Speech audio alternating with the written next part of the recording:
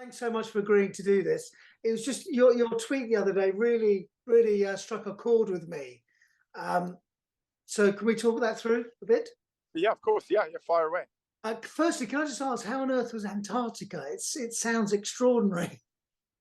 It's amazing. I mean, I've been lucky enough to go a few times before, and it is truly one of the most amazing places on earth. It was amazing.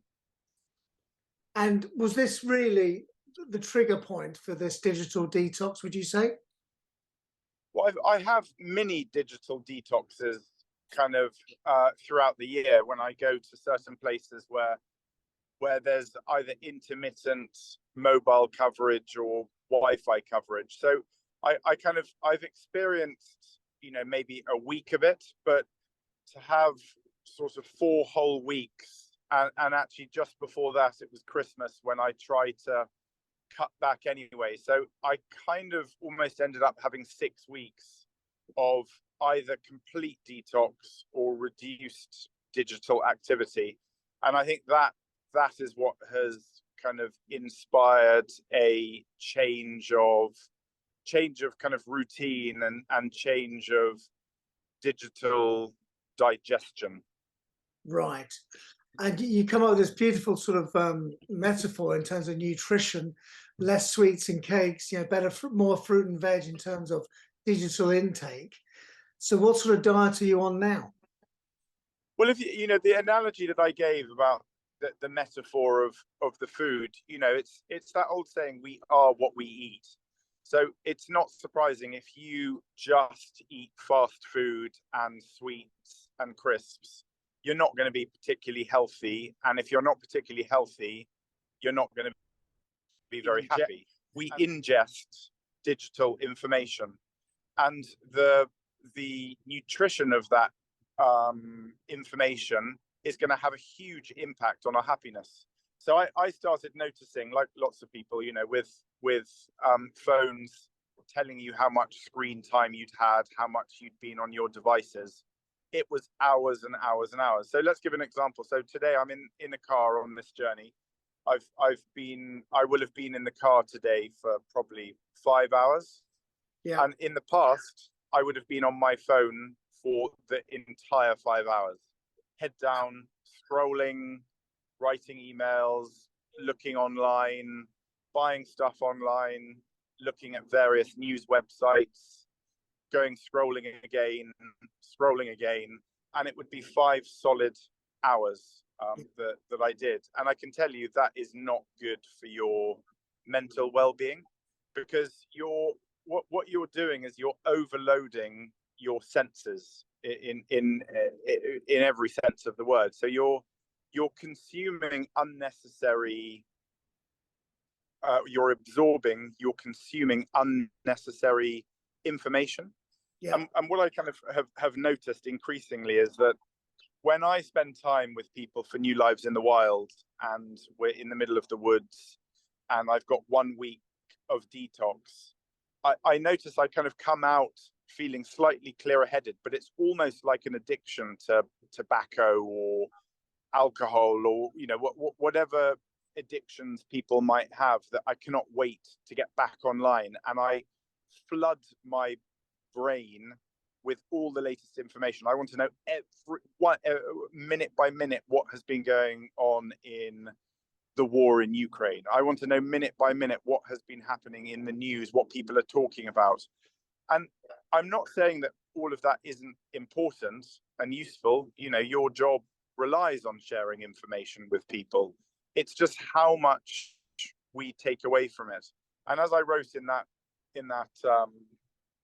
social media post, which is kind of ironic in itself, is that I after 6 weeks of not having minute by minute update of news and other people's happenings of that day, I just found myself suddenly taking much more notice of what's going on in my immediacy, in my now, rather than living in someone else's. And it just suddenly dawned on me, when I'm on the tube in London, every single person is looking down at their phone. Now, that's not to say that otherwise the tube would be filled with people um, all engrossed in banter, that's a pipe dream. I'd love it if people did kind of engage more in urban environments. They kind of don't. People do keep their heads down. So maybe, if it wasn't for a phone, maybe they'd be in a book or in a newspaper. But what I've just noticed is so many people are living in a parallel world. And I know this is nothing new. We've talked about it for a long time, but I found myself doing that. Despite being in some very beautiful locations, I was more absorbed in other people's immediacy than my own. So the light bulb moment just being that we have to live in our nows, not other people's nows. But Ben, was there one sort of defining moment, say in Antarctica or somewhere else, where you thought, wow, I'm in this staggering place, but I'm actually thinking about what I should be doing on Instagram or Twitter about it? Or, what was there some particular moment that really dawned on you that this is a ridiculous way to be? Well, we were out for most of the time. We were kind of out on the ice, and it was a very small team of people. So actually, we were working so hard, it wasn't immediately obvious. But when we got back to the base camp hub that we were staying at, where there were maybe a couple of hundred people from all over the world, all kind of pretty successful individuals who need communications, I noticed that when we were in the mess tent where everyone could eat, everyone was having conversations. Not a single person was on a device. Now, the reason was because there was absolutely no communications whatsoever there. No mobile, no Wi-Fi, absolutely nothing. And it just dawned on me that I have never been in a place with so many people where everyone was just chatting to one another for hours and hours. And how did that make you feel? It made me feel really alive and really happy, and it was good old-fashioned conversations that weren't done through 180 characters or through a slightly angrier social media medium of black and white sort of ideas where there is no middle. And I've long been aware that social media is a very divisive medium, in that it is very binary. It is left or right, up or down, black or white. And if you try to engage in debate, you can have it, but you're going to have half of those people loving what you're saying and half the people absolutely hating it. It's referendum-esque. That's what it's referendum-esque. By the nature of what a referendum is, it's invariably going to be 51-49, 50.50, 49.50, and it's very binary. Can I ask you, Ben, what was the toll it was taking on you? And we're talking of Twitter and Instagram here, aren't we? Really, what was the toll it was taking on you personally? I think I was finding my anxiety. I was finding myself incredibly anxious because I was more worried when I get myself into a worry and almost a panic sometimes before, during, and after I posted anything. Now, anyone that's listening to this or that reads what you're writing who doesn't use social media will probably say, "Oh, pull yourself together and just toughen up or stop using it." But the reality is that you kind of become a slave to it. And I don't want to use the word addicted, because I don't think I was addicted, but I found it was a default that as soon as I had a window where I wasn't doing anything, sitting down to have a sandwich for lunch, sitting down to have a cup of tea, on the tube, in a car, and waiting for a meeting, my default was to pick up my phone and scroll through social media, which invariably meant looking at the posts that I'd made or thinking about a post I was going to make, which invariably went down the wormhole of looking at what the comments were. And I tried not looking at comments, but you end up seeing them whether you want to or not through other posts. It's amazing how people somehow work their way into your timeline. And the toll was definitely increased anxiety. And I'm not really an anxious type, but I definitely noticed I was feeling more irritable. I noticed I was feeling more worried, more panicky. And it just, I think it was my time in Antarctica where I felt completely liberated in myself again, that I realized that that was what was taking its toll on me. And I was kidding myself in thinking that I needed that medium and I needed to be in full control of it and constant monitoring. Because the other thing is I found myself so worried that something I might have said would be taken out of context or someone would take it the wrong way, that I found myself overcompensating by over monitoring. And by over monitoring, I was spending even more time scrolling again. I forget, swiping again to update the comments to make sure that I was on top of anyone who had misunderstood or was trying to stir trouble by deliberately misinterpreting what I had said. Yeah. And what that had was that you start consuming so much negativity, because however benign a tweet or a Instagram post might be, a single photo with your family can bring out the very worst in people. And Really? I found myself, well, listen, what you don't know, Rob, is that this all started during lockdown when there was a Twitter post that I did with my daughter where we suggested that the nation comes together to sing Happy Birthday to the Queen. And it led to a pile-on, a Twitter pile-on, where there were threats of murder, there were threats of rape against my daughter. This is an 11-year-old girl, by the way, and it was the most disgusting pile-on I had ever experienced. That I actually abandoned Twitter after that, and it made that was probably the starting point of feeling exposed and vulnerable on social media.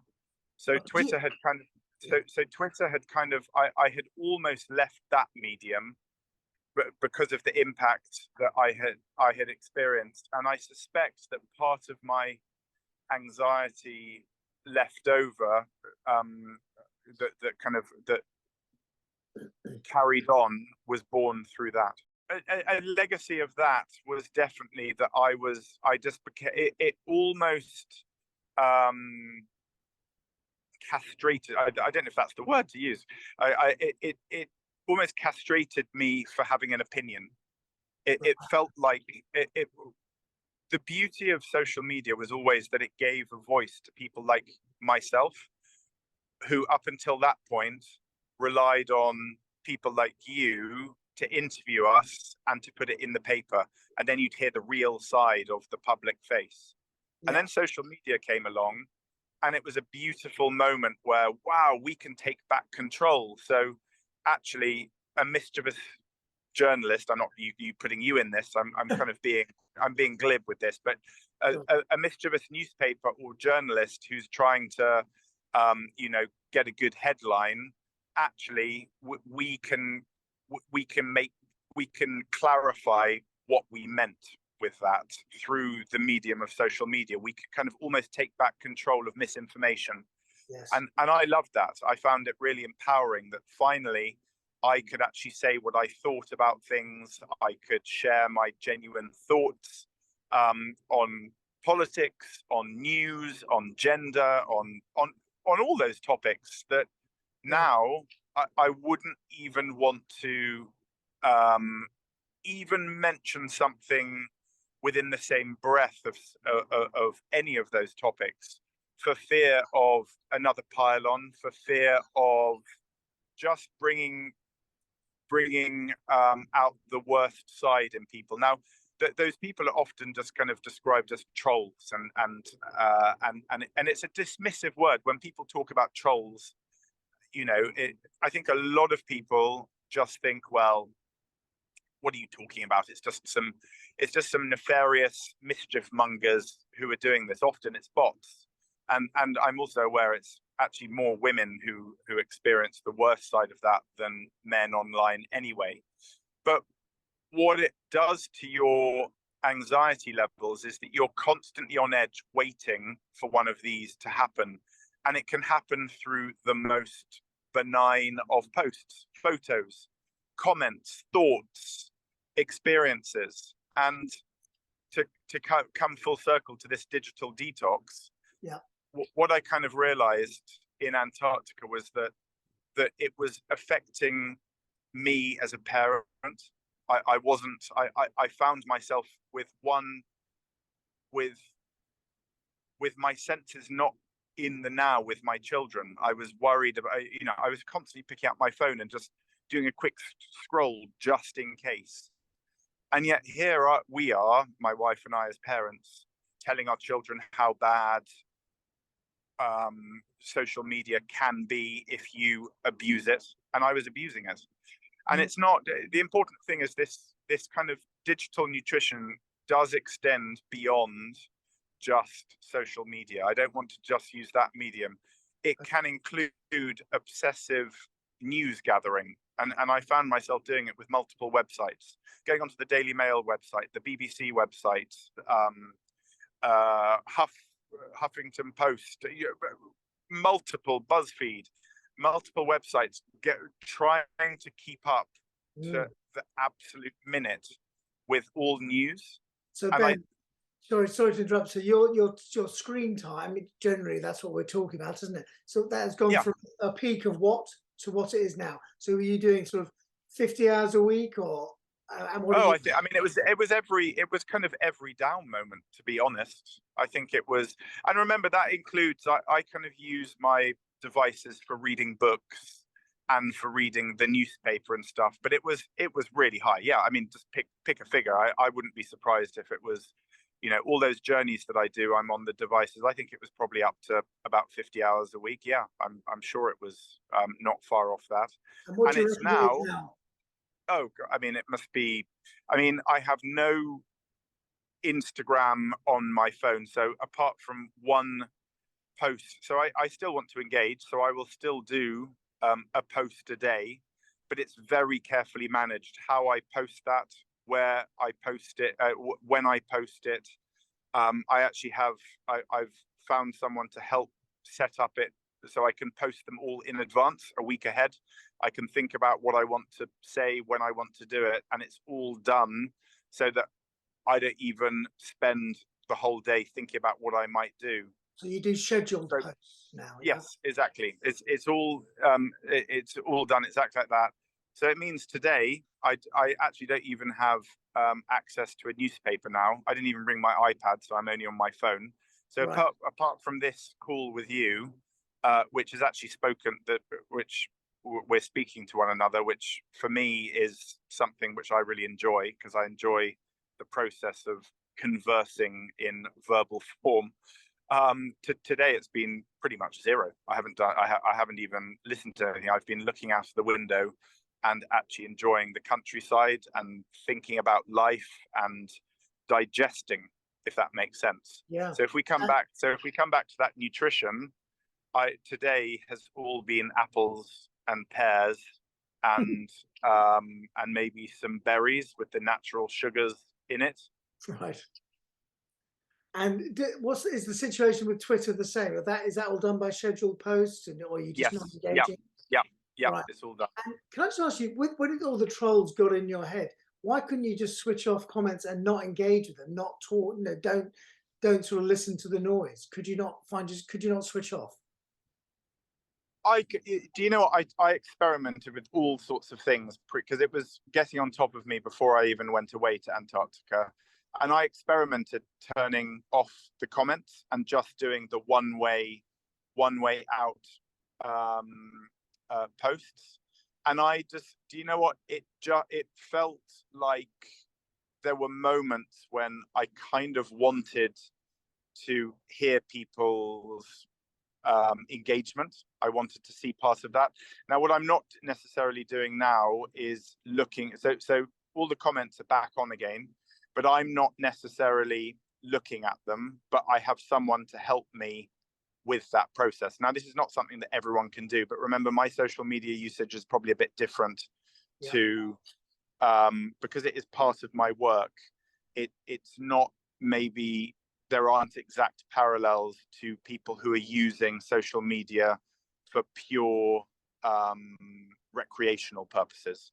Does that make sense? Yes, So it's a bit like for my job, I feel it's very important that there is an engagement with social media, which is why I've actually got someone, a professional, in to help me with this new detoxification while remaining engaged, which is a very difficult one. So it's the same as, so if you have had an addiction, and I'm not necessarily saying mine was an addiction, but if you have had an unhealthy relationship with eating too many crisps, which is my favorite junk food, how do you still, because also, just to go back to nutrition generally, my attitude, I'm not a dieter, so I don't, I'm not one of these people that has dry January, or who then abstains from eating chocolate for half a year and then gives up crisps for a bit. I've always believed that everything in moderation is fine. So I drink a little bit of alcohol, I drink a little bit of spirits, I drink a little bit of beer, I eat chocolate and I eat crisps, but I also, and I have junk food, and I like chips and all those things that aren't very good for you. But what I do is I do all of those in moderation. And what I found with my digital nutrition is that I was finding it really difficult to balance that, because it was part of my work. Yeah. And I was finding it increasingly difficult. And at the back of my mind was this frustration that part of my, one of my big roles as the presenter of New Lives in the Wild is telling people that you should try to cut back on your usage of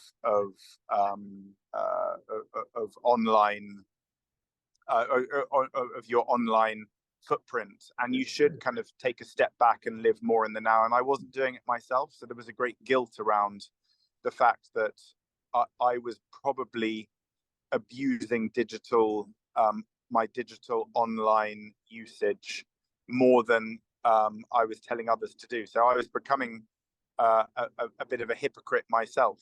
I see. Now, Ben, because we're going to get cut off in a second, can I ask you, how would you sum up how you're feeling and how different you are having had this detox? And also, when exactly were you in Antarctica? How long ago was this? I was there for the whole of January. Right. So I've only been back for a week or so, and I feel much less anxious. I feel much happier, and I feel my brain. So here's the other thing. I used to be able to, I do a lot of writing, and I used to be able to put pen to paper in an instant, and thoughts would just flow out onto the page. But what I noticed before Antarctica was that I just couldn't concentrate. My mind would disappear onto other things. And I was thinking about other news. I was thinking about how people might interpret some a post that I had made. And when I talk about that, of course, there is writing within the post, but it wasn't like I used to be able to do, which was write a whole chapter of a book in a couple of days. And now I find myself with a blank sheet of paper actually being able to put thoughts onto a page. There's a book I've been trying to write for the last 3 years, and I haven't even been able to get past the first page. And I'm finally clear of mind, right, and I'm able to digest things again. So I think if that doesn't kind of give you an insight into the cluttered brain that was pre-Antarctica, and the more thoughtful brain I have now, I don't know what kind of represents that better, really. Yes, and the one of the where you used calmer, happier, and freer in your sort of online statement. Yeah. That word freer sort of is so powerful, isn't it? So mentally, you are. And that is exactly what it is. Those 3 words sum up exactly how I feel now. Now, listen, that doesn't mean it's done and it's a simple journey and that's it. My complicated relationship with my online nutrition will carry on without doubt, because there will be moments where I'll be dragged back into it. There'll be moments where I may lapse, but I'm remaining pretty steadfast right now, and I can't tell you how much kind of freer I feel. Great, lovely to chat to you. All powerful. Thank you. Bye bye. Thanks. Bye.